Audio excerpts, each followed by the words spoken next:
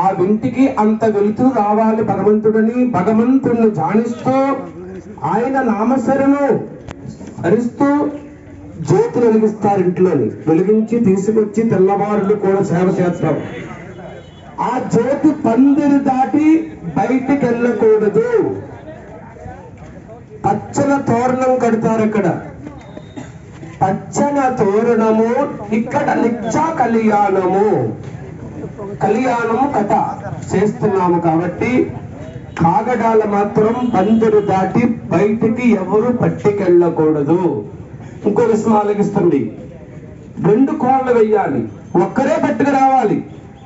ఇద్దరు లాక్కు రాకూడదు. అక్కడ కోలం ఇద్దరు కోలం ఇవ్వకూడదు. ఒక్కరే 2 కాగడాలు పట్టుకుని తీసుకురావాలి బయటికి.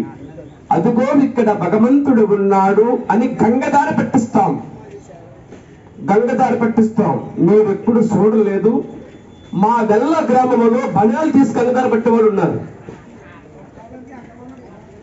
చెప్తాను అండి. బనాలు తీసేసి గంగదారి పెట్టేస్తారు మా ఊరోళ్ళు. ఎందుకు పడతారు? భగవంతుడు ఉన్నాడని చూపుతారు. అది మాత్రం మర్చిపోకుండా ఎవరు కూడా. కాగడాలు మాత్రం పచ్చల తోరణాల్లోంచి బయటికి పంపకండి, ఈదులమ్మట తిప్పకండి.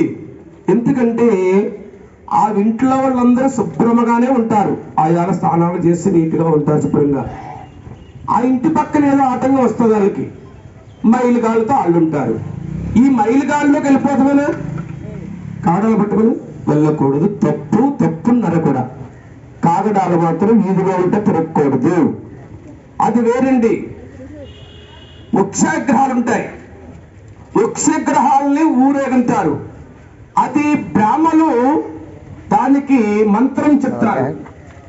ఆ మంత్రం చెప్పిన నీళ్లు జల్లుతారు. గ్రామం అంతా కూడా శుద్ధైపోవాలని కాగడాలు వెలిగించుకుంటూ వృక్షగ్రహాలు పల్లకిలో పెట్టుకుని ఊరేగుతారు. అది వేరే. ఇది మాత్రం కాగడాలు పందిరి దాటి బయటికి పంపకండి. అందుకని దీని